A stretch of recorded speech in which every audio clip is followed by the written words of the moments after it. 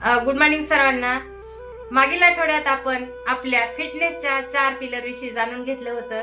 तर आज मकर संक्रांतीच्या निमित्ताने 5वा पिलर काय आहे ते सांगणार आहे. तर पहिला पिलर होता रोज कमीत कमी 30 मिनिटे व्यायाम करणे. व्यायामानंतर दुसरा पिलर आहे पौष्टिक आहार खाणे. तिसरा पिलर आहे आपल्या शरीराच्या वजनानुसार पाणी पिणे.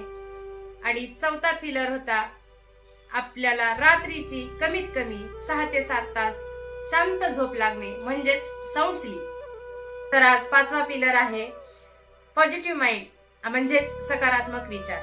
तर आपण सकारात्मक विचार ठेवून कोणतेही काम सातत्यानं करत राहिलं तर यश नक्कीच मिळते. तर आपण नेहमी सकारात्मक विचार ठेवून फिटनेस मिळवण्याचा प्रयत्न केला तर फिटनेस नक्कीच मिळते. चला तर मग भेटूया नेक्स्ट टॉपिक मध्ये. Bye bye.